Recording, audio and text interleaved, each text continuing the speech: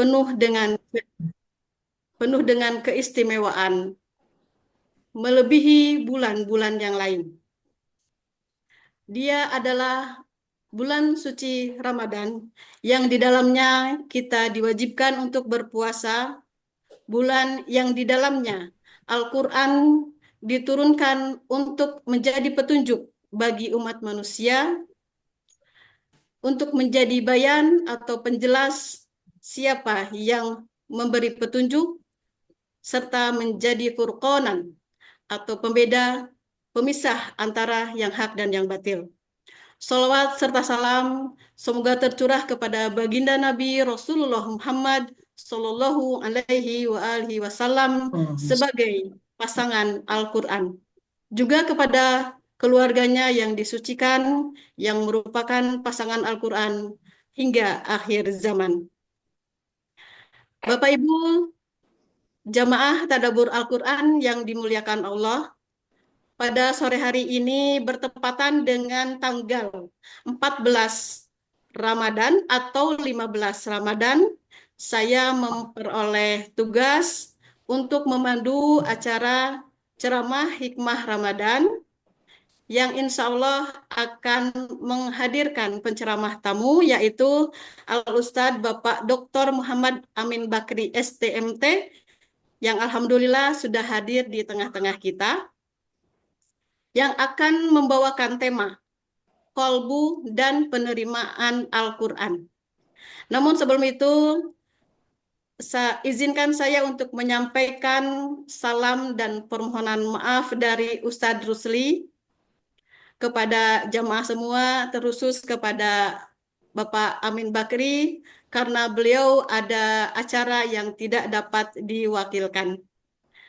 Baiklah, sebelum kita mendengarkan ceramah hikmah Ramadan dari Ustadz Amin Bakri, kita akan berkenalan terlebih dahulu dengan penceramah tamu kita.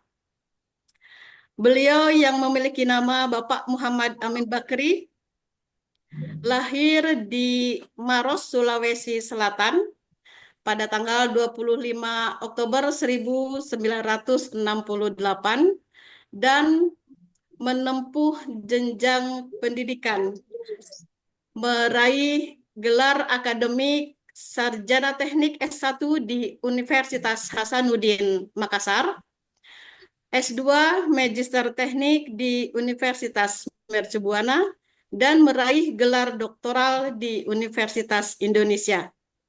Pada saat ini beliau pekerjaannya menjadi dosen dan mubalik.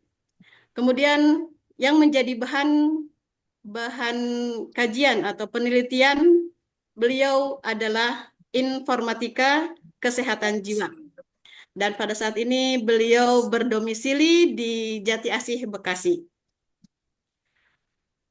Perlu kami sampaikan kepada Ustadz Amin Bakri, juga kepada jamaah tadabur yang baru bergabung dengan Rumah Kajian Al-Quran Al-Baru ini, kami di bulan suci Ramadan ini memiliki jadwal sebanyak 2 kali dalam sehari, yaitu selepas subuh dan sore hari menjelang berbuka. Namun di luar Ramadan, kita telah memiliki kajian rutin sebanyak 3 kali dalam sepekan, yaitu setiap hari Senin, Rabu, dan Jumat malam, serta dilanjutkan pada hari Sabtu dengan kajian Irfan dan Tasawuf, filsafat dan irfan maksud saya. Kemudian pada hari Minggu kita memiliki kelas bahasa Arab.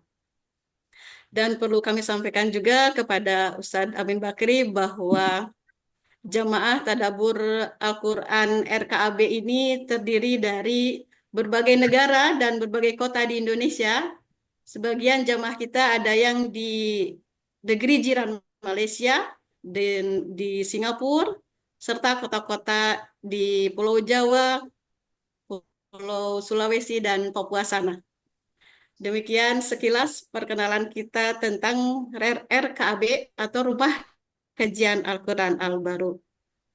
Baiklah, kita akan mempersilahkan kepada Ustadz Amin Bakri untuk memberikan ceramah hikmah Ramadan selama 1 jam ke depan. Nanti di akhir mah akan ada diskusi dan jawab. Kemudian kita mohonkan kepada Ustadz Amir Bakri untuk berakhir dengan doa penutup. Baiklah, kita akan mempersilahkan ceramah hikmah Ramadannya kepada Ustadz Amir Bakri. Dipersilahkan.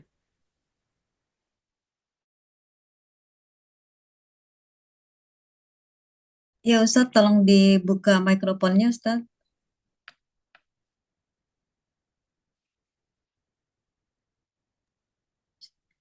Ustadz masih termute Ustadz.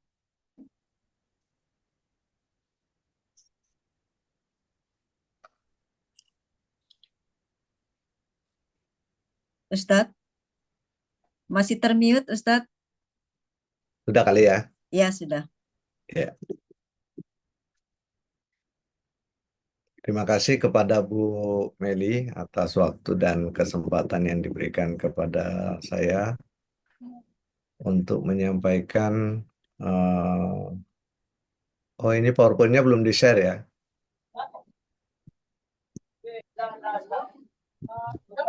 Di screen sudah ada Ustadz, hadis Nabi tentang kolbu.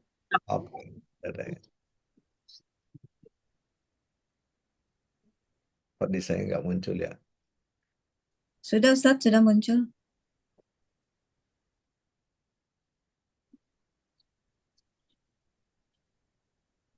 Oke. Eh, Bu Ayu, para ustadz, ibu-ibu, bapak-bapak, jemaah RAKB yang saya hormati, yang seperti dikatakan tadi berasal dari berbagai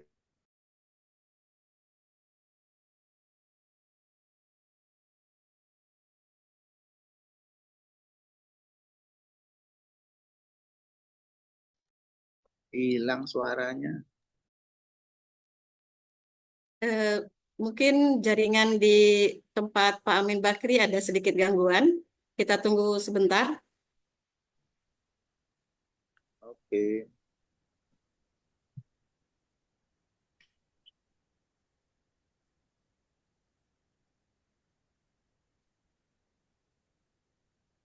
Pak Amin tahu nggak suaranya hilang itu? Muhammadin wa ala alihi Alhamdulillah muncul. wa sahbihi ajmain. Amma ba'du. Saya bergabung kembali nggak ya? Ya, ya Ustadz. Ya, udah Ustadz. Pertama-tama tentu saya mengucapkan terima kasih dan apresiasi yang setinggi-tingginya atas undangan yang diberikan kepada saya sebagai narasumber tamu melalui apa namanya guru saya, Ustadz Rusli Malik, guru kita semua. Kita doakan mudah-mudahan beliau sehat walafiat, dipanjangkan umurnya oleh Allah Subhanahu Wa Taala,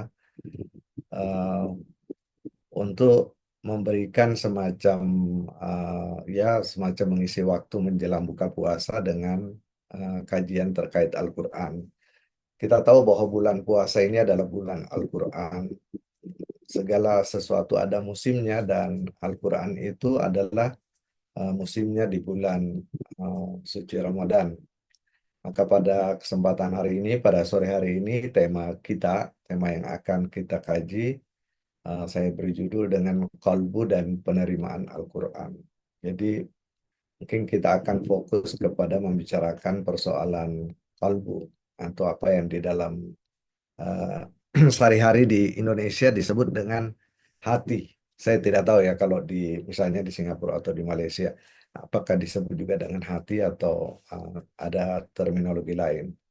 Sama Meskipun, juga Ustaz. oh sama Ustadz ya. Jadi meskipun nanti mungkin kita akan melihat bahwa penggunaan terminologi hati perlu kita hati-hati karena dia tidak terlalu mencakup makna kalbu yang sesungguhnya. Saya ingin mulai dengan 2 hadis ya, yang mungkin kita sudah sangat familiar dengan hadis ini. Ini 2 hadis yang agak kontradiktif, tetapi penting kita cermati untuk melihat di mana letak eh, sinkronisasi antara keduanya. Jadi sesungguhnya 2 hadis ini justru saling menguatkan, tetapi seakan-akan sangat kontradiktif.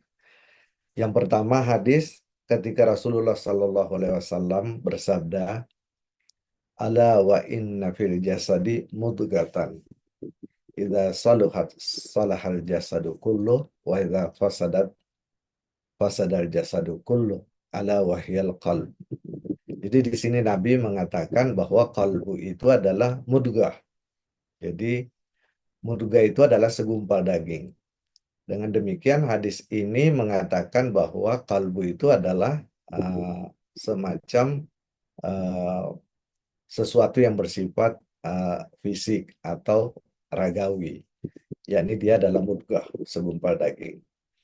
Tapi di hadis yang lain, Allah Subhanahu wa taala oleh nabi kita diberikan penekanan di mana nabi kita bersabda, "Innallaha la yanzuru ila ajsadikum." Ajsadikum itu bentuk jamak dari jasad.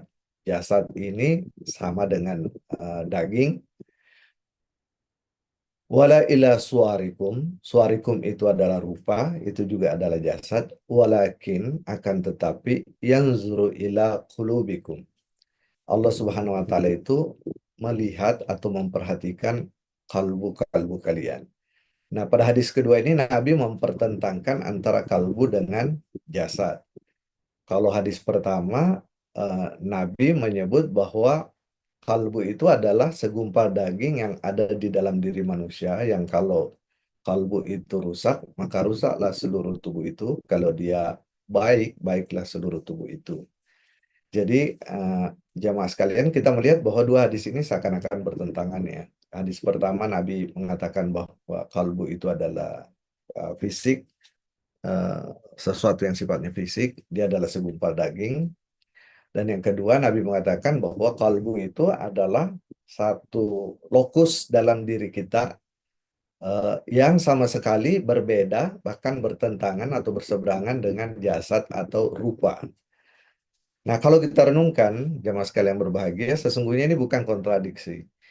Ini justru rahasia kekayaan ajaran Islam yang mungkin tidak gampang kita temukan dalam ajaran-ajaran agama lain, yang menunjukkan bahwa yang namanya manusia itu, intisari dirinya itu adalah kalbu. Dan kalbu itulah sebenarnya yang membuat manusia bisa mencakup alam, seluruh jenis alam, mulai dari alam materi sampai ke alam yang sifatnya ruhani.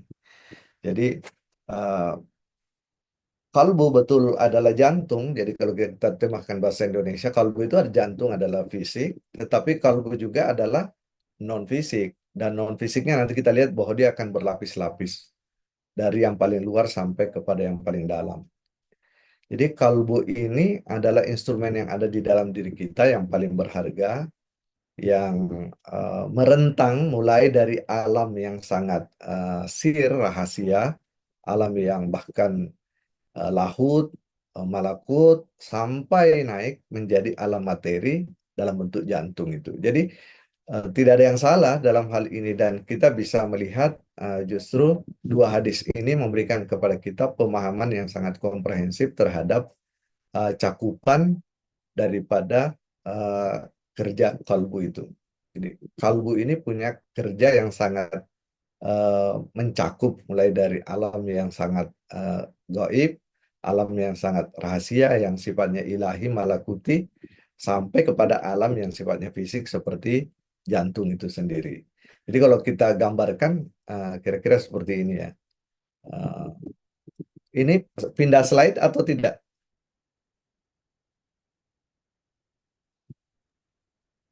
Pindah slide atau tidak? Screen-nya belum. Ya?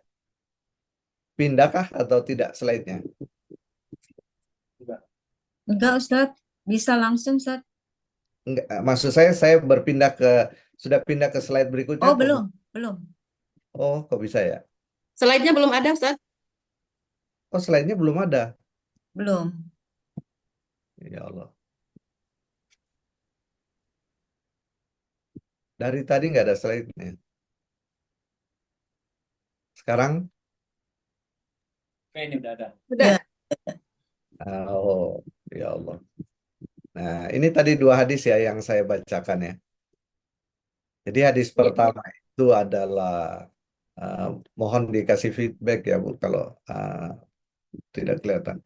Jadi hadis pertama itu mudga itu adalah fisik. Nabi bilang kalbu itu adalah mudga. Kalau hadis kedua Nabi bilang kalbu itu lawan dari jasad atau suara atau bentuk. Jadi dari sini kita bisa melihat bahwa menurut ajaran Islam kalbu itu merentang dari fisik yang paling luar masuk ke dalam alam yang ruhani sampai masuk ke dalam yang paling dalam. Nah, kalau kita gambarkan kira-kira seperti ini. Eh, jadi kalbu yang paling luar, ini pindah slide nggak Bu? Indah, Ustaz. Enggak ya. Nah, alam yang paling luar itu adalah kalbu ya. Jadi kita gambarkan lebih gelap, dia semakin ke dalam semakin terang. Di dalam kalbu ada fuad, di dalam fuad ada lub. Lub ini bentuk jamaknya dalam Al-Quran itu albab. Kemudian di dalam lub ada akal, di dalam akal ada wijdan, di dalam wijdan ada jinan. Ya, jinan bentuk jamak dari jan. Nah, eh, kalbu itu atau jantung itu sifatnya fisik. Jadi kalau Nabi mengatakan ala inna fil jasad di mudghah dan itu adalah kalbu, ya itu adalah fisik memang. Jadi eh, jantung yang ada di dalam dada kita, dia adalah sumber kehidupan yang menggerakkan dan mengalirkan darah setiap hari dan kalau dia berhenti, berhentilah kehidupan fisik itu. Oleh karena itu Nabi mengatakan kalau dia rusak, rusak semuanya. Kalau dia baik, baik semuanya. Nah, itulah jantung. Nah, tetapi kalbu di dalam ajaran Islam itu bukan cuma jantung itu. Jantung itu adalah gambaran fisik dari kalbu. Tapi ke dalam itu ada fuad. Nah, fuad ini adalah lingkaran kalbu yang fungsinya untuk melihat hal-hal yang lahiriah. Jadi seperti mata kita ketika kita melihat atau telinga mendengar, eh, mata dan telinga itu hanya sensor. Nah, sedangkan penglihatan itu dilakukan oleh fuad itu. Oleh sebabnya orang yang bermimpi itu tanpa sensor mata melihat, tetap dia melihat ya. Tanpa sensor telinga dia tetap mendengar karena yang bekerja adalah fuad. Jadi bukan telinga atau mata. Nah, di dalamnya fuad itu ada namanya lub. Lub dalam bahasa Arab itu artinya inti atau mungkin dalam bahasa Inggris core ya atau kernel. Nah, uh, loop ini adalah dia berfungsi memahami hal-hal yang lebih halus dan tersembunyi. Ya. Jadi loop itu memahami apa yang ada di balik tanda atau ayat. Itu sebabnya ulul albab itu adalah orang yang kalbunya sudah bisa melihat apa yang ada di balik ayat atau di balik tanda. Di dalam surah Ali Imran itu kan Allah Subhanahu wa taala menggambarkan orang ulul albab itu adalah mampu melihat apa yang ada di balik tanda. Jadi dia mengingat Allah ketika melihat tanda-tanda Allah Subhanahu wa taala. Nah, yang bekerja itu bukan lagi fuad, tapi sudah lub atau albab itu. Nah, di dalamnya lagi adalah akal. Nah, akal ini fungsinya untuk menimbang, ya, menganalisis, memisahkan, menalar, ya. Jadi dia ini bisa menentukan mana baik, mana benar, mana yang lebih prioritas, mana yang kurang prioritas. Nah, itu kerjanya akal. Kemudian di dalamnya lagi ada wijdan. Nah, wijdan ini fungsinya lebih bersifat emosi dan perasaan, jadi seperti sedih, gembira, bahagia, ya, cemas, khawatir. Nah, itu adanya di wijdan. Jadi dia ada di rasa. Nah, di dalamnya lagi ada namanya jinan, yang betul-betul ruang kalbu yang sudah sangat kosong dari segala selain Allah Subhanahu wa taala. Jadi inilah ruang yang betul-betul hanya diisi oleh Allah Subhanahu wa taala. Ada sebuah diskusi yang mengatakan Allah Subhanahu wa taala berfirman bahwa bumi dan langit tidak bisa mewadahiku, tapi kalbu orang mukminlah yang bisa mewadahiku. Nah, kalbu orang mukmin yang bisa mewadahi Allah itu adalah jinan itu. Jadi bukan kalbu yang di luar, tapi adalah uh, jinan itu sendiri. Nah, para maksumin, para nabi dan rasul, orang-orang maksum ini, itu dia punya kalbu sudah berada di level jinan. Jadi mereka ini uh, apa namanya tidak lagi dikotori oleh hal-hal yang ada di luar kalbunya. Digambarkan dalam Al-Quran, wal baladut tayyibu yakhruju nabatuhu bi'idni rabbih. Jadi tanah yang baik itu pasti akan menumbuhkan tumbuhan yang baik, ya, dengan izin Tuhannya. Uh, Waladzi khabasa, dan tapi tanah yang rusak, yang tidak baik, la yakhruju illa nakida. Dia tidak akan menumbuhkan sesuatu kecuali tumbuhan yang juga tidak baik, tumbuhan yang merana. Kadzalika nusarriful ayati liqaumi yashkurun. Tapi ini hanya perumpamaan saja, kata. Begitulah kami menjelaskan ayat-ayat kami kepada orang yang bersyukur. Orang yang bersyukur di sini maksudnya orang yang bisa mengambil pelajaran dari ayat-ayat seperti ini. Bahwa orang yang kalbunya, jadi kalbu di sini adalah seperti tanah yang subur, maka dia yang keluar itu adalah pasti hal yang baik. Nah, jadi orang maksum itu eh, dia tidak bermaksiat bukan karena dia tidak bisa bermaksiat, tetapi keadaan jiwanya, keadaan kalbunya itu yang tidak memungkinkan dia jadi untuk bermaksiat. Nah, kalau kita orang awam, nah karena kalbu kita belum sampai ke situ, tidak seperti itu, maka maksiat menjadi memungkinkan, jadi sangat gampang kita lakukan. Tapi para nabi dan maksum ini, karena dia eh, kondisi jiwanya itu sudah sangat bersih, maka yang keluar itu adalah juga semua yang bersih.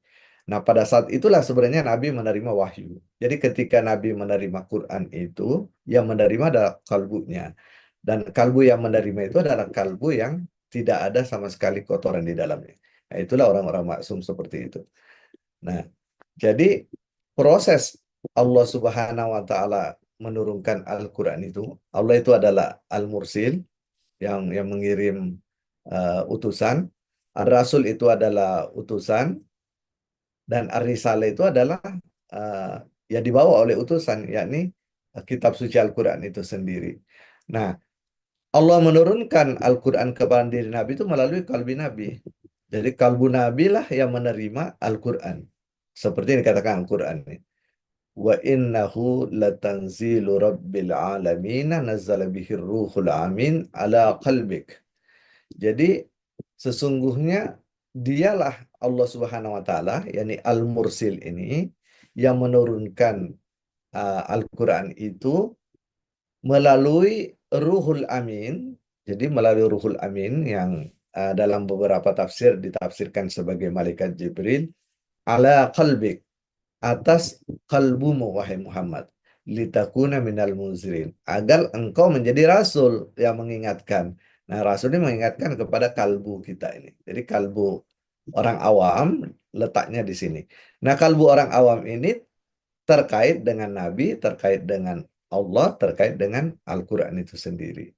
Jadi Al-Quran masuk ke dalam diri kita itu, ke dalam kalbu kita, eh, Allah Subhanahu wa taala yang akan membimbingnya, Rasul yang akan mengingatkannya, dan Al-Quran itu sendiri yang masuk ke dalam kalbu kita. Nah, itu syariatnya itu dikatakan juga dalam Al-Quran, Qul ati'ullaha wa ati'ur rasul, agar supaya eh, apa namanya, kalbu itu diisi oleh Al-Quran, maka taatilah Allah dan taatilah Rasul. Fa in tawallaw fa innama alaihi hummilah wa alaikum ma hummiltum. Allah Subhanahu wa taala berfirman kepada Nabi, kalau mereka tidak mau menerima itu Al-Qur'an, maksudnya kalbu mereka tidak mau menerima Al-Qur'an, maka bebanmu itu bebanmu sendiri, beban mereka beban sendiri. Karena beban Nabi itu adalah menyampaikan saja. Wa in tuti'uhu tahtadu. Tapi kalau mereka itu taat, mereka itu mau menerima Al-Qur'an, maka mereka akan mendapatkan hidayah. Jadi kalbu mereka dapat hidayah. Quran itu akan berfungsi. Wa ma 'ala rasuli illal balaghul mubin. Tapi bagi rasul tidak ada kewajiban lain kecuali sebagai uh, mubalik saja atau munzir saja. Ya. Di ayat yang di atas dikatakan litakuna minal munzirin. Jadi Bapak Ibu jemaah sekalian berbahagia, kita bisa melihat di sini bahwa yang namanya Allah, Rasul, Quran, dan kalbu itu adalah sebenarnya satu kesatuan yang tidak bisa dipisahkan. Allah menurunkan Al-Quran kepada kalbu Nabi, kemudian Nabi menurunkan Al-Quran, menyampaikan Al-Quran kepada kalbu umat manusia. Kira-kira seperti itulah bahasanya ya. Nah, kita ini dalam memahami Al-Quran itu butuh apa namanya proses ya. Kalau kita pinjam teori-teori modern misalnya, saya kebetulan banyak juga membaca teori-teori, apakah teori klasik belajar. Misalnya orang itu dikatakan belajar atau orang itu belajar bisa lewat dua cara, bisa lewat observasi atau pemodelan, observasi dan pemodelan ya, bukan atau. Observasi itu pengamatan. Kita bisa belajar sesuatu itu dari mengamati, ya termasuk mengamati itu membaca ya. Eh, atau pemodelan, atau kita meniru, kita bisa meniru sesuatu. Jadi eh, kita meniru satu contoh itu juga belajar, bahkan itu belajar yang lebih cepat biasanya dibanding observasi.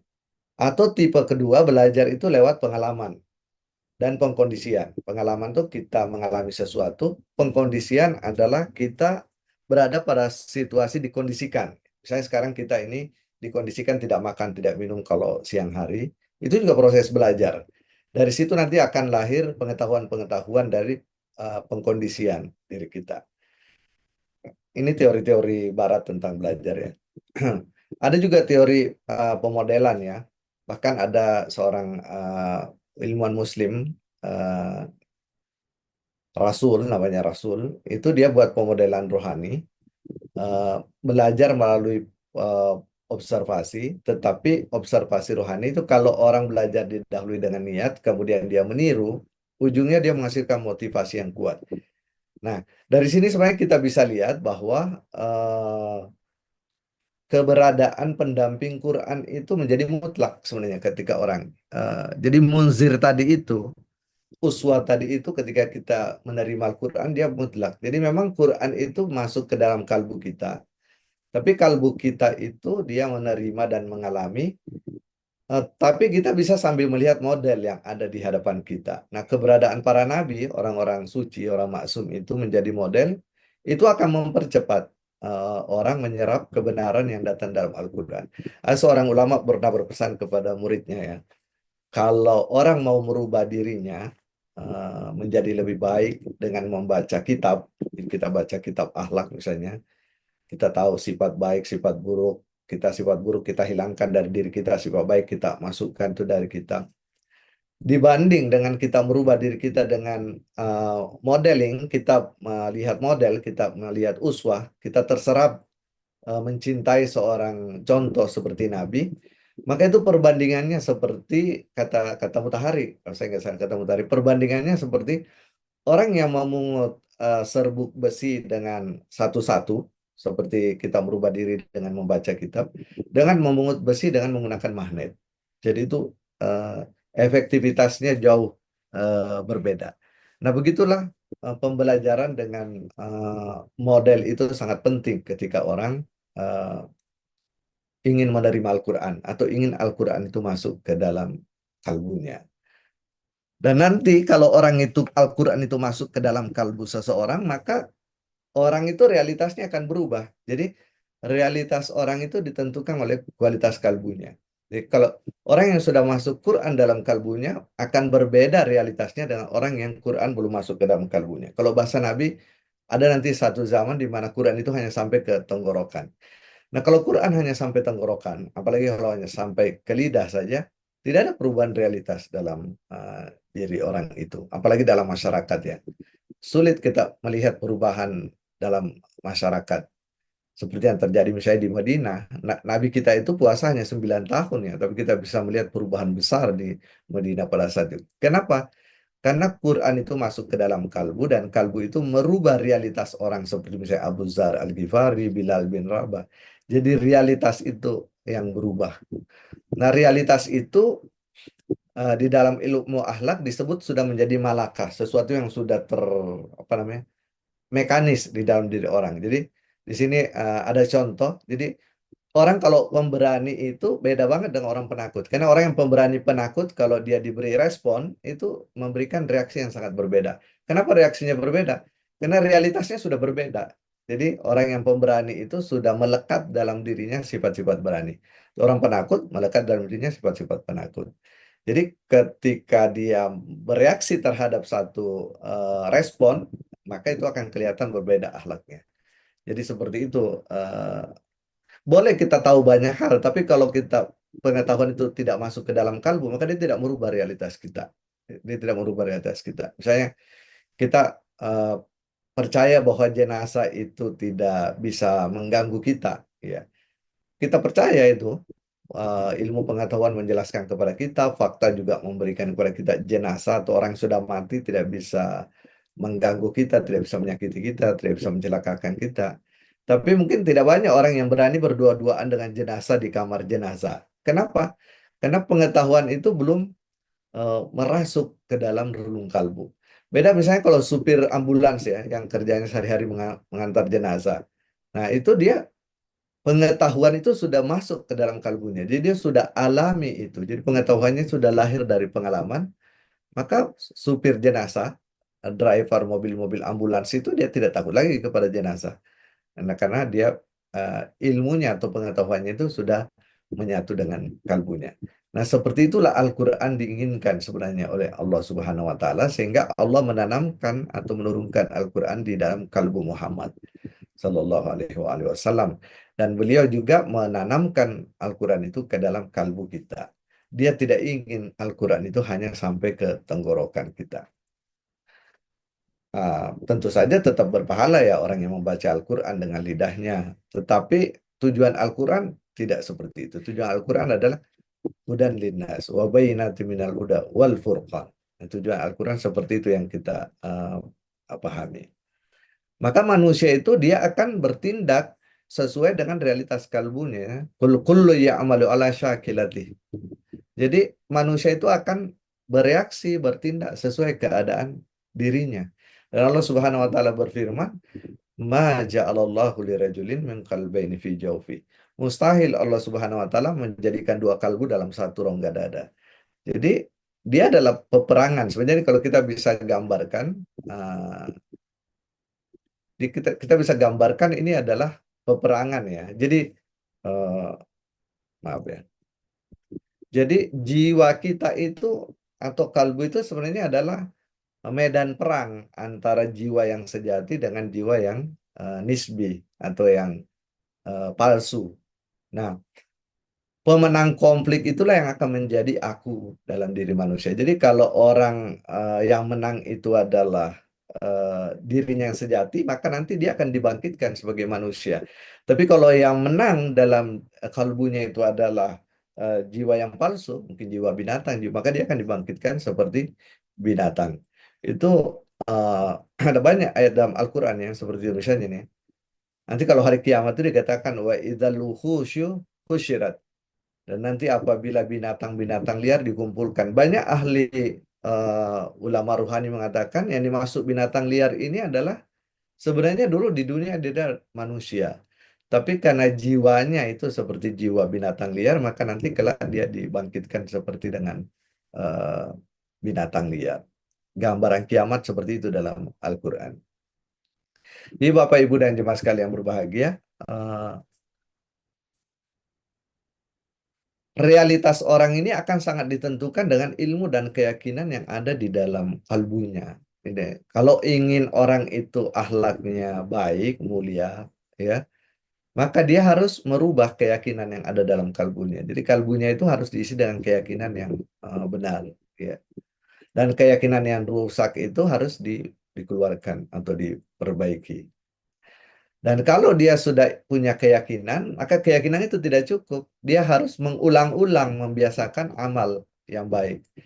Jadi kalau keyakinan tidak disertai dengan amal dan amal tidak diulang-ulang, maka orang pun tidak akan berubah realitasnya. Dia akan kembali lagi. Dan itu melelahkan tentu ya. Kita menaik, turun lagi, menaik, jatuh lagi. Itu sangat melelahkan. Tapi itulah yang dikatakan Allah Subhanahu wa taala, walladzina jahadu fina. Orang-orang yang berjihad, berjalan menuju kepadaku, dan ahdiyannahum subulana. Pasti akan diberikan hidayah yang akan menarik dia ke jalan Allah Subhanahu wa taala. Jadi dia membutuhkan jihad, kesungguhan yang sangat ekstra. Beda dengan rezeki. Kalau rezeki mungkin kita belajar dalam bab-bab rezeki di dalam ilmu agama. Rezeki itu ada yang harus kita cari, ada juga rezeki yang sebenarnya datang lewat perantara siapa kita tidak tahu ya, mungkin dibawa oleh orang lain. Seperti rezeki anak kita. Anak kita masih kecil ada rezekinya, tapi dia tidak cari rezeki. Rezekinya dari orang tuanya. Jadi rezeki itu relatif kalau menurut Al-Quran, wa ma min dabbatin illa 'alallahi rizquha. Nggak ada sesuatu pun binatang melata di muka bumi ini kecuali sudah ada jatah rezekinya. Tapi kalau hidayah tidak. Kalau hidayah itu harus berjihad. Jadi Allah mengatakan walladzina jahadu fina lanahdiyannahum. Hidayah itu akan diberikan kepada orang yang memiliki jihad. Jihad dari kesungguhan untuk memperbaiki diri, memperbaiki tadi keyakinan. Kalau sudah keyakinan menjadi bagus atau sahih namanya, maka keyakinan itu harus mewujud menjadi amal. Kalau amalnya sudah saleh, maka amal saleh itu diulang-ulang terus. Maka barulah dia akan merubah realitasnya itu. Itu yang dikatakan Nabi dengan apa namanya? Wa ma bu'istu li utammi makarimal akhlak. Jadi Nabi datang itu tujuannya untuk menyempurnakan akhlak yang belum sempurna. Jadi memang kita yang sempurna itu adalah agama. Al-yawma akmaltu lakum dinakum wa atmamtu lakum nikmati. Tapi eh, agama kamal sempurna, tetapi nikmat yang diberikan itu adalah tamam. Dia adalah lengkap. Tetapi kita belum lengkap. Maka Nabi datang mengatakan liutami, dia untuk melengkapi eh, apa namanya akhlak kita dengan cara seperti tadi. Nah, di dalam pelajaran akhlak ini mungkin sering disampaikan di kajian di RKB ya, bahwa di dalam diri kita kan ada banyak kekuatan yang berperang itu, dan nanti kalau yang menang itu adalah jiwa kita yang sejati, maka orang itu menjadi manusia yang sejati. Meskipun sebenarnya Bapak Ibu jemaah sekalian berbahagia, sejak di dalam alam rahim manusia itu fitrahnya itu sudah dikendalikan oleh aku yang sejati, yang biasa kita sebut dengan ruh. Jadi proses penciptaan ini digambarkan dalam Al-Quran surah Al-Mu'minun ayat 12 sampai 14. Mulai dari fisik ya, sampai setelah fisik itu lengkap, lalu Allah Subhanahu wa taala mengatakan summa ansha'nahu khalqan akhar. Ya. Kemudian kami menjadikan apa namanya bayi yang sudah sempurna itu menjadi makhluk yang sifatnya benar-benar berbeda. Maksudnya berbeda apa? Berbeda dari fisik, karena di sini sudah ada ruh yang ditiupkan ke dalam fisik itu. Nah, kata-kata ditiupkan menurut Al-Quran itu tentu simbolis ya. Kita juga tidak bisa menangkap apa hakikat yang dimaksud dengan ditiupkan. Tetapi yang jelas setelah Allah Subhanahu wa taala mengatakan summa ansya'nahu khalqan akhar, maka tiba-tiba manusia yang ada di dalam rahim ibu itu menjadi makhluk yang sama sekali lain. Ya, dia bukan lagi makhluk yang murni fisik. Dia memiliki kalbu, yang kalbu itu memiliki kinerja mulai dari alam ruhani sampai ke alam fisik. Lalu Allah Subhanahu wa taala menutup fatabarakallahu ahsanul khaliqin. Dan memang itulah ciptaan paling indah Allah Subhanahu wa taala di alam semesta ini adalah itu, manusia itu. Ya, seperti yang dikatakan juga dalam surah At-Tin itu ya. Jadi tidak ada yang lebih sempurna dari ciptaan Allah Subhanahu wa taala di alam semesta ini kecuali penciptaan manusia itu sendiri. Maka Allah mengatakan fatabarakallahu ahsanul khaliqin. Maha suci Allah sebagai pencipta yang paling baik. Nah, kalau kita karena waktu kita yang sangat singkat, di Al-Qur'an sebenarnya itu menunjukkan kalbu itu bisa berada dalam bentuk yang tidak baik, bisa berada dalam bentuk yang baik. Bahkan bentuk kalbu yang tidak baik lebih banyak istilahnya dalam Al-Quran. Kurang lebih 20 istilah dalam Al-Quran. Tapi kalbu yang baik itu tidak sebanyak itu ya. Mungkin hanya belasan atau 10. Nah, salah satu bentuk kalbu yang baik yang dianjurkan terkait dengan mudahnya masuk Al-Quran itu, atau mudahnya Al-Quran diterima itu adalah kalbu yang khusyuk. Jadi kalbu yang khusyuk. Kalau kalbu orang khusyuk, maka ini lebih memungkinkan Al-Quran yang kita baca, yang kita dengar, atau yang kita lihat, itu yang dibacakan orang lain, itu masuk ke dalam kalbu. Nah, khusyuk itu, kalau kita buka kamus-kamus ya, khusyuk itu artinya merendah, bisa tunduk, bisa tenang. Jadi kalau kita buat pengertian istilah, maka khusyuk itu adalah kondisi di mana lembutnya hati. Hati lembut, tidak keras. Lawan lembut tentu adalah keras. Kemudian pikiran tenang, kemudian terkendalinya hawa nafsu yang rendah, kemudian kalbu merendah, taat dan fokus di hadapan keagungan Allah Subhanahu wa taala. Nah, kalau kalbu dalam keadaan seperti ini, maka Al-Qur'an itu dia akan bertahta di dalam kalbu seorang hamba. Itulah sebabnya Al-Quran mengatakan, Alam ya'ni lilladzina amanu an tahsya' qulubuhum lidzikrillahi wa ma nazzala minal haq. Nah, inilah wa ma nazzala minal haq ini adalah Al-Quran. Ya. Tidakkah sudah waktunya manusia itu hatinya atau kalbunya menjadi khusyuk, zikir kepada Allah dan kepada apa yang diturunkan dengan hak, yakni Al-Quran itu sendiri. Wala yakunu kalladzina utul kitaba min qablu. Jangan sampai kalian seperti orang-orang yang diberi Alkitab di zaman-zaman dahulu kala, fatala alaihimul amad, lalu berlalu waktu yang panjang, faqasat qulubuhum, tetapi kalbu mereka menjadi keras. Wa katsirum minhum fasikun, sehingga mayoritas di antara mereka menjadi orang-orang yang fasik. Jadi Bapak Ibu dan jemaah sekalian berbahagia, nah, menerima Quran dengan apa namanya? Efektif, itu salah satu persyaratannya adalah kalbu kita harus dalam keadaan khusyuk. Itu sebabnya Nabi punya doa kan yang sering kita baca, Allahumma inni a'udzubika min ilmin la yanfa wa min qalbin la yahsya. Jadi kita berlindung kepada Allah Subhanahu wa taala dari kalbu yang tidak khusyuk. Karena kalbu kita kalau tidak khusyuk atau keras, maka dia akan menjadi uh, bukan tempat yang subur untuk menyemai Al-Quran. Jadi benih-benih Al-Quran tidak mungkin akan tumbuh di hati-hati yang tidak khusyuk.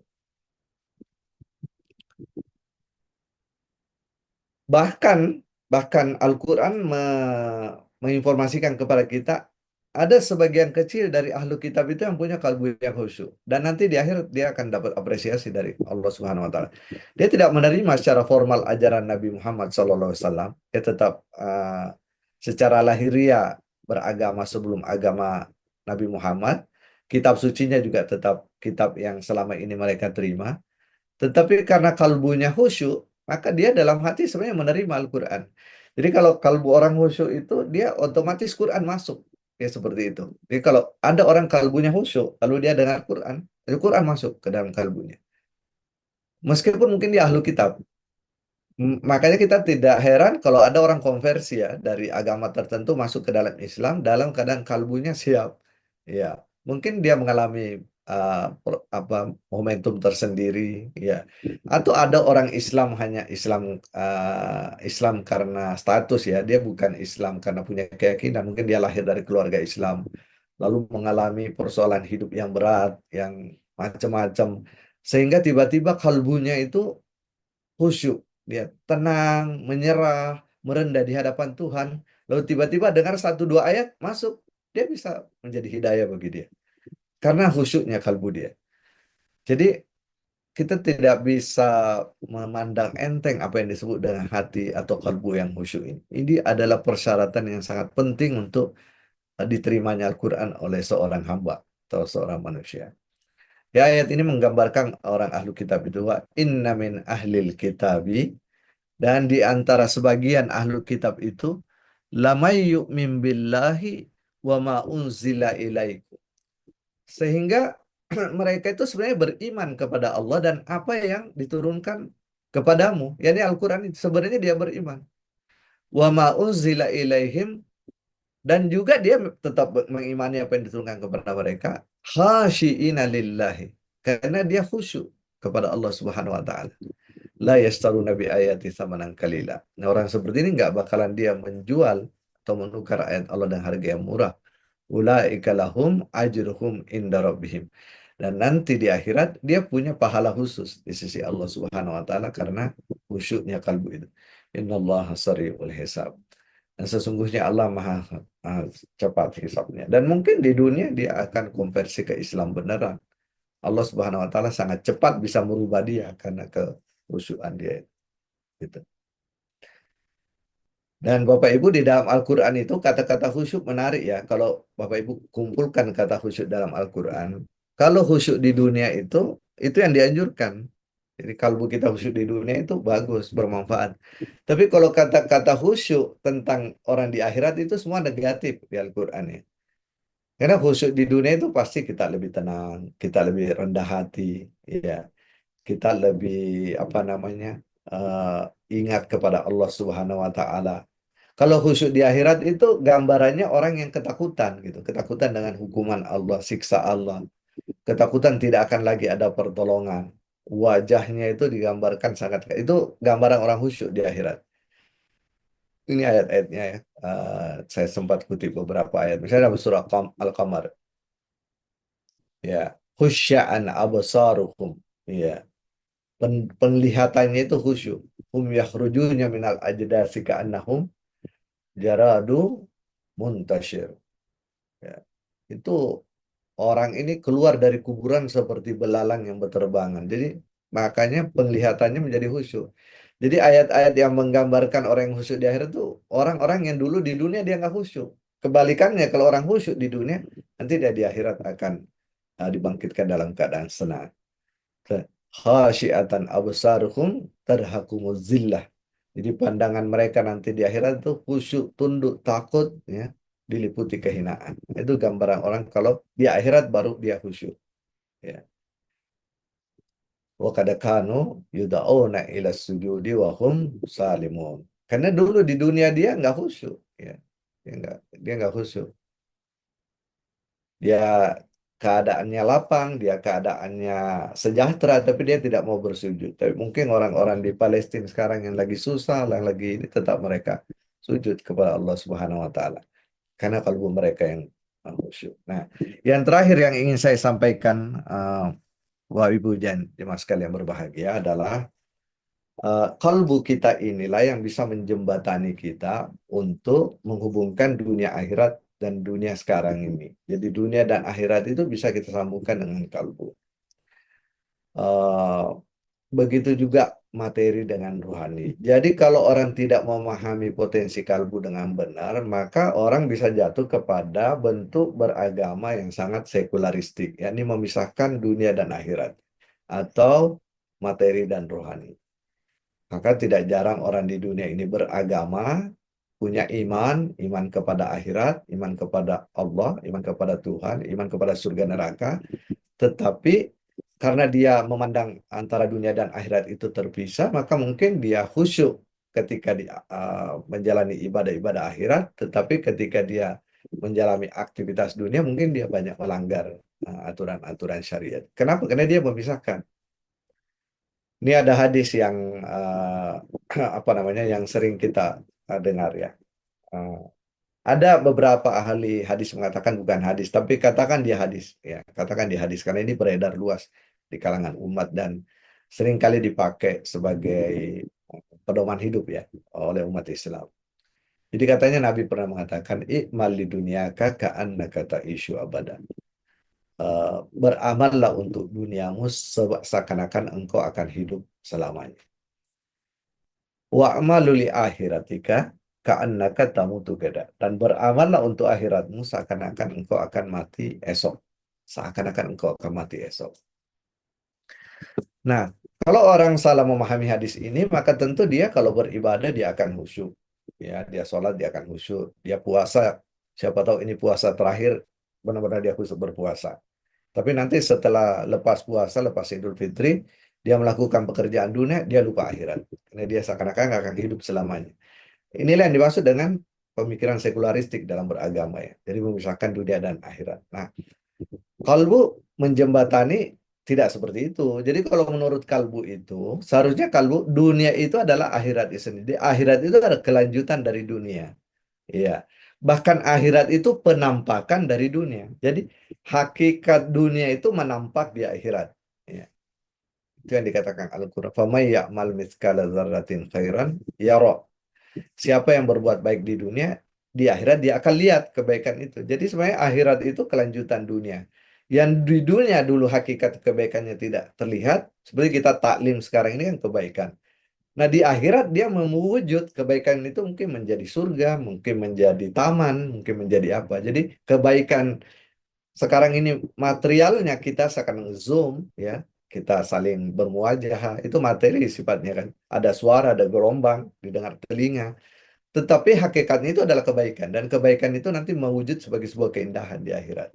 Jadi akhirat itu adalah apa namanya, perwujudan daripada perbuatan di dunia, hakikat perbuatan di dunia. Dan karena kalbu itu di dunia ada dan kalbu di akhirat dia juga kalbu itu, jasad sudah bukan yang itu, jasad sudah yang lain. Maka kalbu itu mengingat yang di dunia. Jadi dia melihat hasilnya. Ya, dia ridho dengan perbuatan dia dulu di dunia. Nah, itu begitu juga antara materi dan rohani. Jadi kalbulah menjembatani materi dengan rohani. Sehingga kalau hadis ini sahih, kita harus kita harus reinterpretasi. Jadi saya sependek pengetahuan saya yang awam, nah, saya berusaha mereinterpretasi hadis tadi itu dengan berpatokan dalilnya ke ayat ini ya. Kalau Al-Quran itu kan jelas, wabtagi fima atakallahu daral akhirah wala tansa nasibaka minad dunya. Jadi akhirat itu adalah tujuan. Dan akhirat jangka panjang, akhirat yang abadi. Tapi kita tidak boleh melupakan apa yang ada di dunia karena di dunia inilah untuk mendapatkan akhirat itu.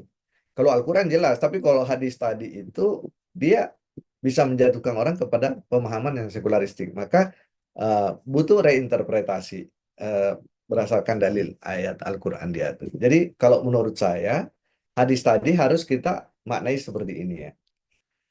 Ikmal li dunyaka, dunia ini, sama dengan li akhiratik. Jadi ikmal li dunyaka, berbuatlah di dunia ini untuk duniamu sebagai perbuatan untuk akhiratmu gitu.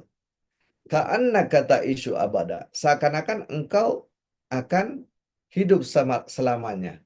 Ka'anna katamu tuh beda. Maksudnya, kalau kamu meninggal besok, sebenarnya kamu bukan tiada, kamu berlanjut kepada kehidupan yang abadi. Jadi kalaupun kita meninggal besok, itu bukan menjadi tiada. Meninggal besok itu justru masuk ke dalam kehidupan yang abadi. Kalau kita melakukan dunia, sebenarnya kita melakukan akhirat. Nah, kalau hadis ini kita maknai seperti ini, itu sudah persis seperti ayat yang ini. Ya, ini persis ayat yang ini. Sehingga Al-Quran menggambarkan, Bapak Ibu jemaah sekalian berbahagia, bahwa kalau Al-Quran betul-betul masuk ke dalam jiwa seseorang, maka orang itu akan mengalami transformasi. Transformasi dari materi ke rohani, dari dunia ke akhirat. Saya tadi baca itu ya, sedikit tentang eutanasia. Hampir semua orang yang melakukan eutanasia di negara-negara yang membolehkan eutanasia, misalnya seperti di Belanda, itu karena mereka berujung kepada eh, hilangnya harapan. Karena harapan mereka kan berujung di dunia. Nah, orang yang memiliki kalbu yang bekerja dengan benar, dia telah mentransformasikan harapan dunia menjadi harapan yang lebih jauh, harapan ukhrawi. Itu digambarkan dalam Al-Quran. Innalladzina yatluna kitaballah, ya. Orang yang betul-betul membaca kitab Allah, Al-Quran ini masuk ke dalam kalbunya. Wa aqamus shalah wa anfaqu mimma razaqnahum sirran wa alaniyah yarjuna tijaratan lan tabura. Jadi kalau kalbu orang itu sudah betul-betul uh, sudah menjadi apa namanya arasnya Al-Quran dan dia bertransformasi membawa dia berevolusi dari lahiriah ke ruhani, dari dunia ke akhirat, maka harapannya menjadi panjang. Dia yarjuna tijaratan lan tabura. Maka dia mengharapkan perniagaan yang tidak akan pernah rugi. Ini ada partikel lan ya. Lan itu artinya tidak mungkin, mustahil rugi. Nah, perdagangan atau tijarah yang mustahil rugi itu adalah perniagaan akhirat ya. Jadi amal kebaikan. Ya, kurang lebih itulah Bapak Ibu jemaah sekalian berbahagia yang bisa saya sampaikan. Mungkin sekedar sharing ya kepada para ustadz yang ada di sini ya. Mobil khusus mungkin ini hadiah buat guru kita Ustadz Rusli Malik yang berhalangan hadir ya. Jadi kalau orang sudah bertransformasi menjadi seperti itu, maka harapannya tidak lagi egosentris ke dalam dirinya. Seperti kata Rumi ya, mungkin kata-kata terakhir. Kata Rumi, jika engkau merasakan sakit pada dirimu, yaitu hanya tanda bahwa engkau masih hidup.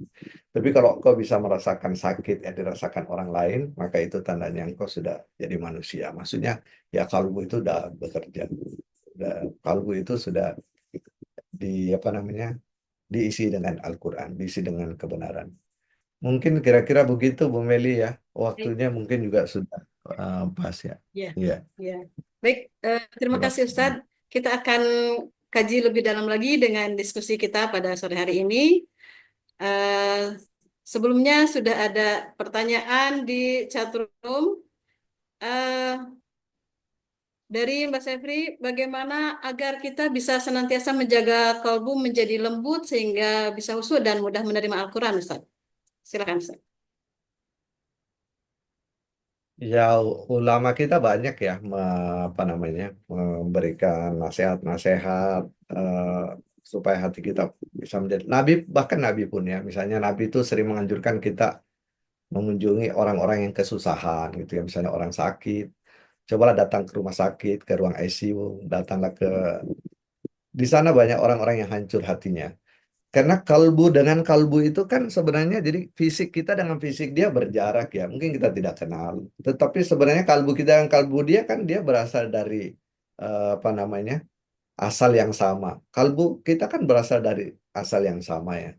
Sehingga pelan-pelan akan mengalami sinkronisasi ya. Seperti garpu tala itu. Jadi kalau kita sering ke tempat-tempat seperti itu, orang sakit, orang meninggal, orang kesusahan, kita datang ke tempat seperti itu, kalbu dengan kalbu akan mengalami resonansi. Nah, ketika kalbu mengalami resonansi, nah kalbu yang hancur itu akan memberikan eh, apa namanya, imbas ke kalbu kita. Nah, lama-lama kalbu kita juga menjadi irama seperti kalbu dia. Kalbu kita jadi lembut. Kalau orang-orang yang hancur seperti itu tuh doanya sangat khusyuk, kalbunya sangat khusyuk, tenang. Tapi kalau kita jauh dari orang-orang susah, jauh dari orang-orang apa namanya, yang hancur hatinya, eh, kalbu kita akan keras. Ya, kita baca Quran di tempat yang nyaman, ber-AC yang mewah, itikaf pun juga bawa kulkas, ya. Mungkin 7 hari 7 malam, tapi tapi kita tidak, kalbu kita ya tetap seperti itu. Jadi kita butuh membuat kalbu kita lebih lembut dengan mendapatkan resonansi pengaruh dari kalbu-kalbu yang hancur gitu. Itu datang ke ulama. Ulama ini meskipun mungkin hidupnya biasa saja, tidak hancur, tapi kan mereka selalu perih. Jadi alim itu adalah orang yang selalu perih hatinya dengan berbagai macam keperihan di muka bumi. Terutama para nabi. Nabi itu kan orang yang paling perih hatinya. Sehingga siapapun yang berada di dekat nabi, maka dia akan mengalami resonansi dari kalbu nabi. Dia pulang dari situ kayak mengalami recharge ya. Richard, dia bangkit dari situ, hatinya jadi lembut, hatinya jadi, dia tidak tahu kenapa seperti itu. Mungkin kalau di rumah dia baca Quran, baca kitab, kok tidak seperti itu? Ya, karena dia berada di apa namanya, environment yang bisa merubah hatinya. Ya. Dan banyak lagi ya, banyak. Misalnya ditunjang dengan berpuasa, misalnya banyak-banyak berinfak, ya, banyak-banyak diam, tidak bicara seperti Maryam. Itu akan Allah akan treatment kalbunya seperti itu. Ada banyak sih, ya. Tapi kira-kira seperti itulah. Mungkin begitu kali ya, Bu Meli. Ya, Mohon baik. maaf. Selanjutnya akan saya persilakan bagi yang ingin bertanya langsung kepada Ustaz Damin Bakri. Dipersilakan untuk membuka audionya. Silakan. Waalaikumsalam. Waalaikumsalam warahmatullahi wabarakatuh. Allah barakallahu fi azim azim. Assalamualaikum warahmatullahi wabarakatuh.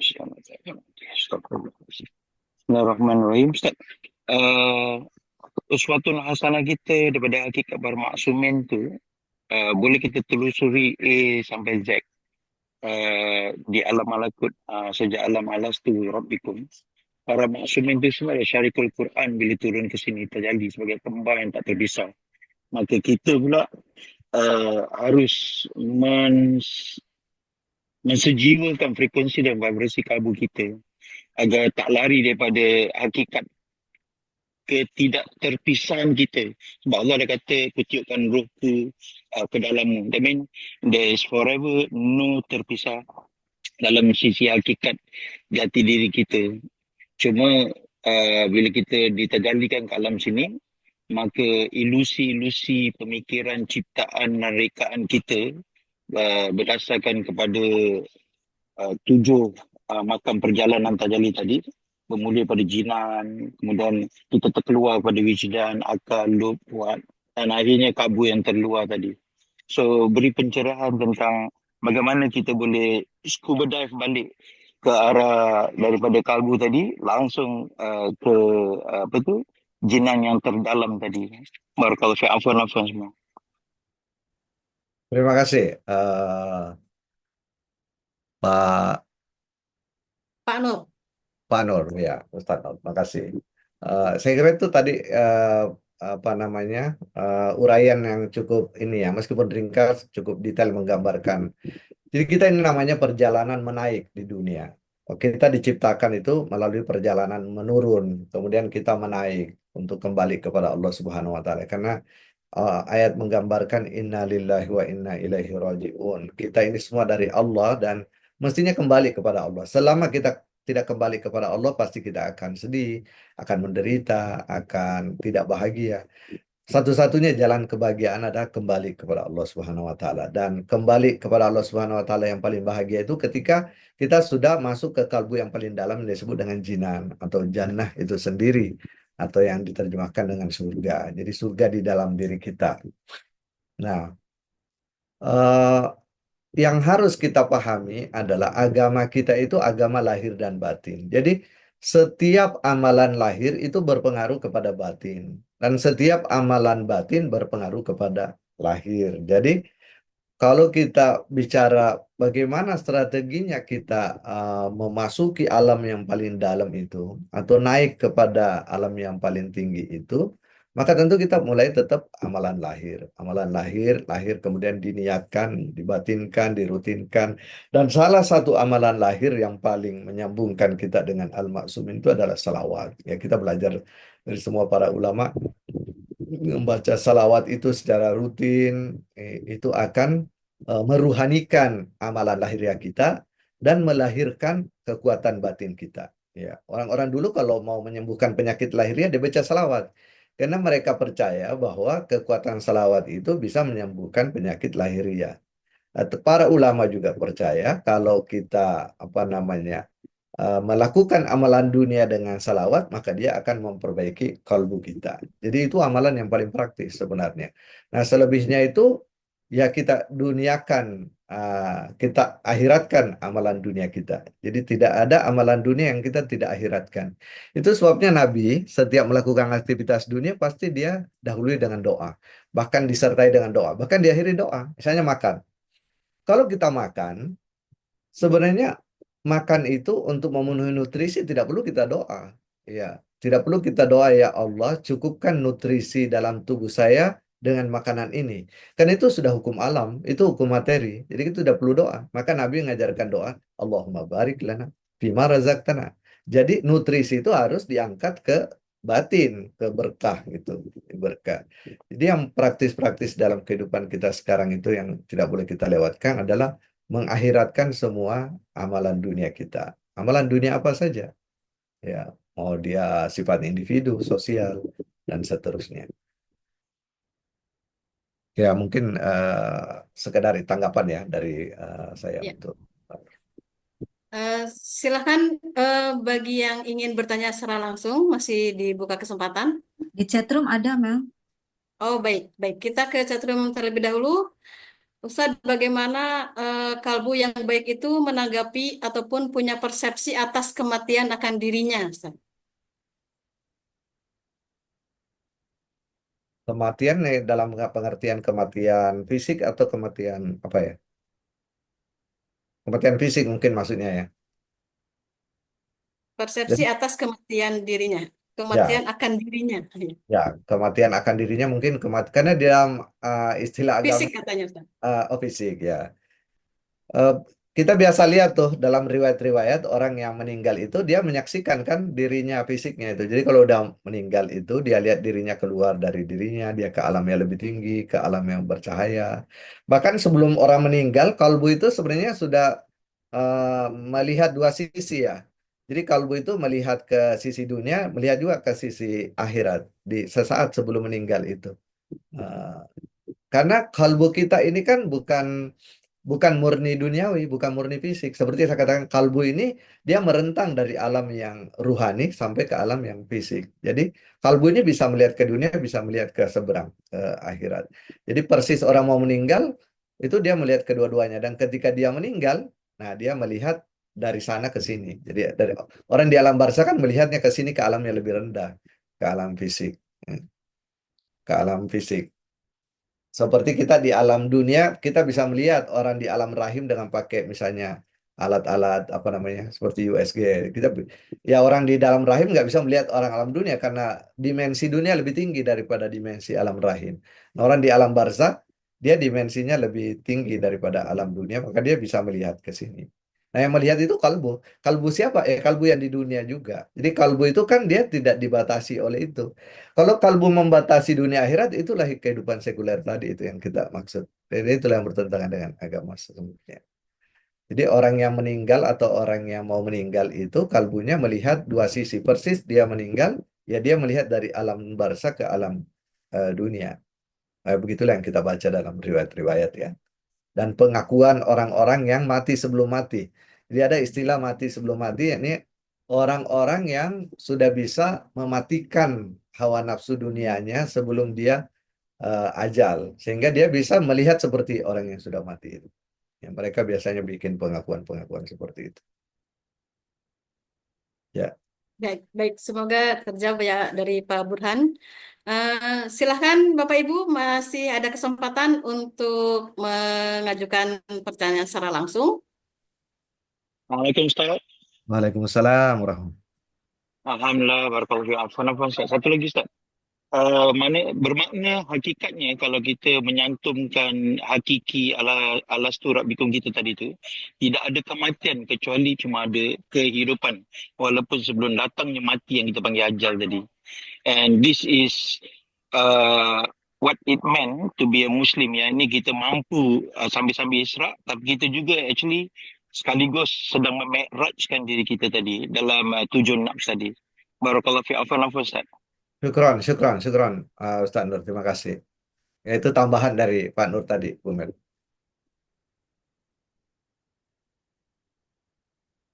Oh iya, Kembali Bu Mel ya. ya. Ada yang raise hand, silakan Ibu Tanra, barangkali mau mengajukan pertanyaan secara langsung. Silakan. Ya, tabe Ustaz. Assalamualaikum warahmatullahi wabarakatuh. Tabe Waalaikumsalam. Ustaz dengan Oi dari Papua, Kaimana, Papua Barat. Oh, silakan Papua, silakan Pak. Iya, ini tadi persoalan kematian tadi. Ini kan kita satu sisi itu memahami bahwa dimensi non material itu tak terbatas oleh ruang dan waktu. Artinya semua yang non material itu bisa hadir di mana saja gitu. Ini yang persoalannya adalah kalau ada misalnya katakanlah kita ada orang tua kita yang meninggal lah itu berdasarkan prinsip itu maka dia juga bisa hadir di melampaui ruang dan waktu. Artinya dia bisa mengunjungi kita di satu tempat atau satu ruang gitu. Yang kedua itu bagaimana bisa mengidentifikasi konsepsi ini apa yang dari Hindu Buddha ini kita masih dibayang-bayangi juga jangan sampai ini masuk dalam kategori reinkarnasi atau inkarnasi. Demikian Ustaz dari Papua. Terima kasih Papua. Jadi beda ya Pak antara konsep keberlanjutan kehidupan alam barzah dengan konsep reinkarnasi dalam agama lain. Kalau di dalam agama Hindu, setahu saya reinkarnasi itu, jadi kalau jiwa belum sempurna di dunia, kemudian dia sudah habis waktunya, udah meninggal, maka jiwa itu diberi kesempatan lagi, dia masuk lagi ke makhluk yang lain. Ya, jadi dia menjadi hidup lagi di makhluk lain supaya bisa membersihkan lagi dirinya. Nah, kalau kita di dalam Islam itu tidak. Jadi kita tipenya tidak bolak-balik. Kita berlanjut terus. Jadi alam dunia ini berlanjut ke alam barzah. Barzah berlanjut ke alam akhirat. Jadi sebenarnya alam barzah itu adalah alam antara sebelum datangnya hari kiamat, yaumul hisab itu. Tetapi di situ juga terjadi proses pembersihan. Jadi proses pembersihan supaya orang itu menjadi lebih baik lagi, menyadari karena orang di akhirat pasti tetap menyesal ya. Dia menyesal. Kenapa tetap menyesal? Karena pemahaman dan perasaan itu tetap ada kan. Jadi kalau kalbu yang di sini, kalbu yang di sana juga itu pasti ada kesadaran di sana. Misalnya dia menyesal kenapa dulu amannya lebih sedikit, kenapa dia kurang rajin beribadah, kenapa kurang rajin berinfak. Nah, ketika dia menyesal itu, dia tetap istighfar, menyembah Tuhan, bertasbih. Nah, itu tetap memperbaiki dirinya. Tapi dia tidak perlu dikembalikan ke dunia untuk lahir di dalam bentuk binatang, dalam bentuk orang lain atau apa. Nah, kalau reinkarnasi itu dia kembali hidup. Jadi itu perbedaannya sangat jauh ya antara itu. Nah, tadi dikatakan bahwa orang yang sudah di alam barzah itu dia bisa melihat ke sini, ya betul begitulah dalam riwayat dan logikanya kan begitu, dia alamnya lebih tinggi. Kalau Bapak Ibu mau melihat apa namanya gambaran kehidupan alam barzah dan hubungannya dengan alam dunia secara tidak bosan, nggak pakai dalil, maksudnya bukan baca dalil. Ibu Bapak bisa nonton serial di YouTube judulnya 5 Kilometers to Heaven, 5 kilometer ke surga ya. Itu mungkin ada sekitar 23 serial. Jadi itu serial sebenarnya dibikin drama supaya nggak bosan, tapi sebenarnya serial itu naskahnya dibuat dari dalil Quran dan hadis. Jadi secara tidak langsung kita membaca dalil Quran dan hadis dalam bentuk drama yang penuh konflik gitu. Uh, Penuh konflik. Nah, jadi digambarkan orang kalau sudah pindah ke alam barzah itu awal-awalnya dia kira masih di dunia. Jadi misalnya nyebrang jalan tol itu masih takut ditabrak oleh mobil gitu. Padahal sebenarnya dia alamnya udah lebih tinggi ya nggak ditabrak. Lama-lama oh nggak ditabrak gitu. Nah dia berkunjung ke keluarganya, dia datang. Berkunjung itu maksudnya bukan masuk ke keluarganya seperti reinkarnasi ya. Dia melihat. Dia melihat keluarganya. Dia sedih kalau keluarganya sedih, dia gembira kalau keluarganya gembira dan seterusnya. Tapi dia tidak bisa apa-apa. Dia tidak bisa lagi berbuat, tidak bisa beramal karena dia sudah di alam antara, di alam barzah. Apalagi nanti di alam hisab gitu. Jadi kalau saya sih melihat ajaran Islam jauh lebih logis, lebih konkret, lebih aplikatif dan lebih mudah kita jalankan. Ya. Kira-kira begitu. Mungkin udah cukup waktunya ya, Bu Meli ya? Iya. Heeh. Eh, Tapi mungkin masih ada sekali lagi Ustaz. Ini ada Oh iya, apa kegelisahan kegelisahan pribadi. Ini ada semacam ritual yang ada di Papua ini. Bahkan mungkin sebagian juga di Indonesia, Ustaz. Pasca orang meninggal itu kalau kita di Papua sini itu yang apa itu yang cenderung NO itu sering mengadakan tahlilan gitu. Hmm. Biasanya juga di samping tahlilan hari-hari ya itu biasanya juga itu kita katakanlah mengundang ini apa kalau istilah di Bugis Makassar ada istilah Sanro ya yang menghubungkan dua dunia itu dunia yang metafisika sama yang fisik ini itu kemudian mempercakapkan sebab-sebab daripada si yang meninggal ini almarhum atau almarhumah untuk mengetahui kenapa sampai dia meninggal dan seterusnya gitu. Itu biasanya itu yang sama istilah antropologinya itu mediatornya itu katakanlah orang yang meninggal ini ya, yang kita kan tidak tahu Ustaz.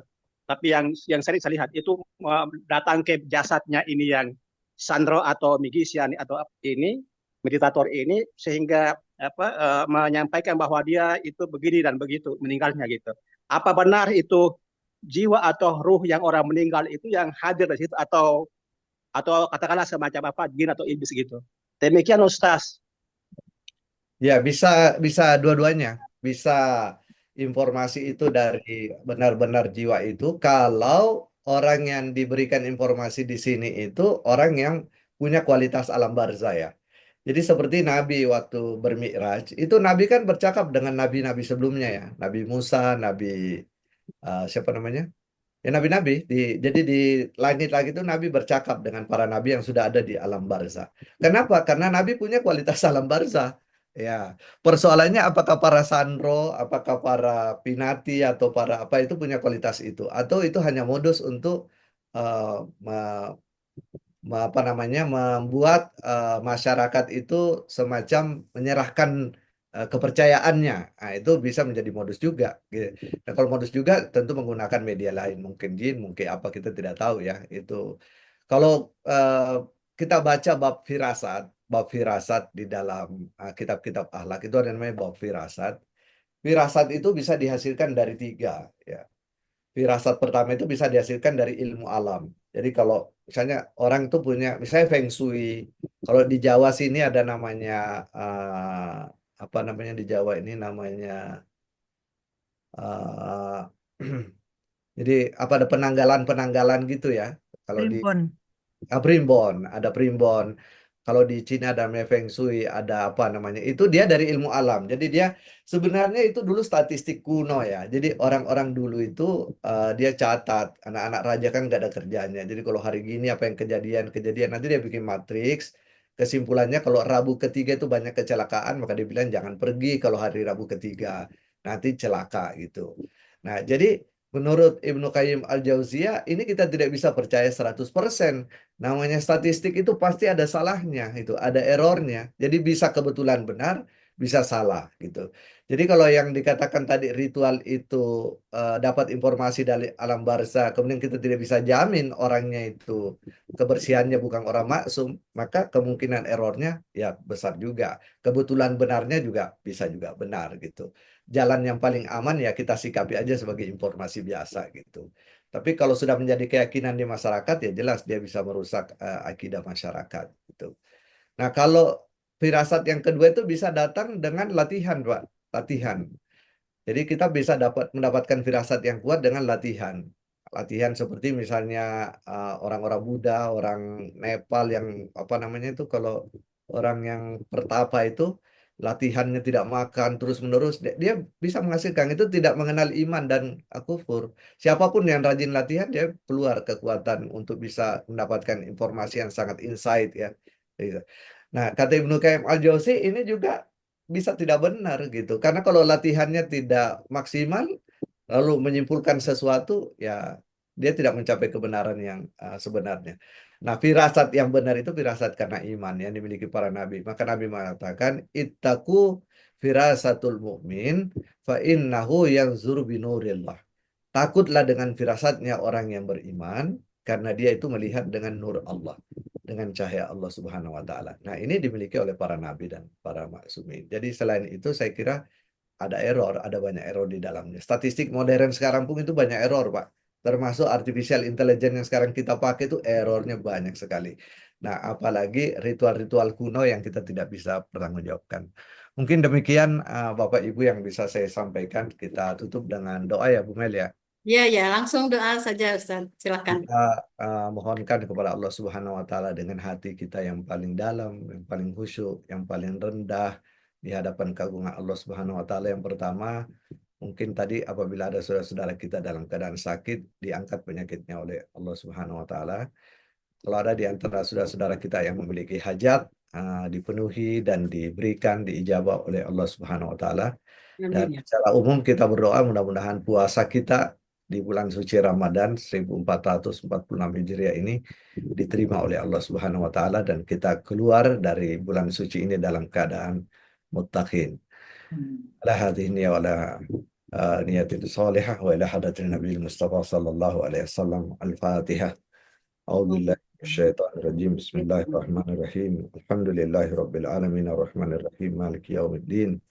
إياك نعبد وإياك نستعين اهدنا الصراط المستقيم صراط الذين أنعمت عليهم غير المغضوب عليهم ولا الضالين أعوذ بالله من الشيطان الرجيم إن الله وملائكته يصلون على النبي يا أيها الذين آمنوا صلوا عليه وسلموا تسليما اللهم صل وسلم على محمد وآل محمد كما اللهم صل. باركت على إبراهيم وآل إبراهيم وبارك على محمد وآل محمد كما باركت على إبراهيم وآل إبراهيم في العالمين إنك حميد مجيد برحمتك يا أرحم الراحمين اللهم اغفر للمسلمين والمسلمات والمؤمنين والمؤمنات الأحياء منهم والأموات إنك سميع قريب مجيب الدعوة يا قاضي الحاجات ربنا اغفر لنا ولإخواننا الذين سبقونا بالإيمان ولا تجعل في قلوبنا غلا للذين آمنوا ربنا إنك رؤوف رحيم اللهم أرنا الحق حقا وارزقنا اتباعه وأرنا الباطل باطل وارزقنا اجتنابه يا مقلب القلوب ثبت قلوبنا على دينك يا مقلب القلوب ثبت قلوبنا على طاعتك. اللهم ربنا آتنا في الدنيا حسنة وفي الآخرة حسنة وقنا عذاب النار. سبحان ربك رب العزة عما يصفون والسلام على المرسلين والحمد لله رب العالمين والعفو منكم والسلام عليكم ورحمة الله وبركاته. Waalaikumsalam Waalaikumsalam warahmatullahi wabarakatuh. Demikian warahmatullahi tadi Bapak Ibu wabarakatuh. hadirin jamaah Terima kasih Bu Al-Quran Ayu. yang Terima kasih Assalamualaikum Bu Meli. Ayu. yang Kami Taman ya. Tadabur mengucapkan terima kasih kepada Terima kasih. Ustaz Ibu. Muhammad Bapak Ibu. Bakri. Saya sebagai pemandu acara mohon maaf apabila ada kata-kata yang kurang berkenan. Kita akhiri wasallallahu ala sayyidina Muhammadin wa ala alihi thayyibin thahirin wa afu minkum. Wassalamualaikum warahmatullahi wabarakatuh. Waalaikumsalam warahmatullahi Ya, Bu. Terima wabarakatuh. kasih Ustaz. Terima kasih Ustaz. Wah. Syukran Ustaz, Meli, Bu Ayu. Jamaah semuanya. Assalamualaikum. Syukran Bu Ayu. Berbuka puasa. Ya, Bu Astor. sama. Assalamualaikum. Waalaikumsalam Terima warahmatullahi kasih dong Ustaz. Bu Ayu semua. Assalamualaikum. wabarakatuh. Salam Warahmatullahi wabarakatuh. Terima kasih Ustadz, terima kasih Ayu, terima kasih Sama Meli. kasih Siti. Assalamualaikum. Waalaikumsalam warahmatullahi wabarakatuh. Syukran Bu Ayu. Ya, sama-sama. Waktunya kurang ya Bayu ya. Kurang ya? Ya, belum begitu mendalam ininya bahasanya. Harus diundang ulang Pak Ustadz Aminnya. Ah, boleh. Jadwalkan ulang ya. Iya. Iya. Baik, kita tutup. Gimana, Bu Meli? Ya, Terima- ya. Selamat berbuka puasa. Selamat berbuka puasa Bapak Ibu semua. Selamat berbuka puasa semua. Ya, Baik, terima kasih semuanya. ya, Sama-sama. Pak Haji. Kasih Terima Bu Ayu, kasih. Bu Meli. Sama-sama. Iya, sama-sama, Bu Sri.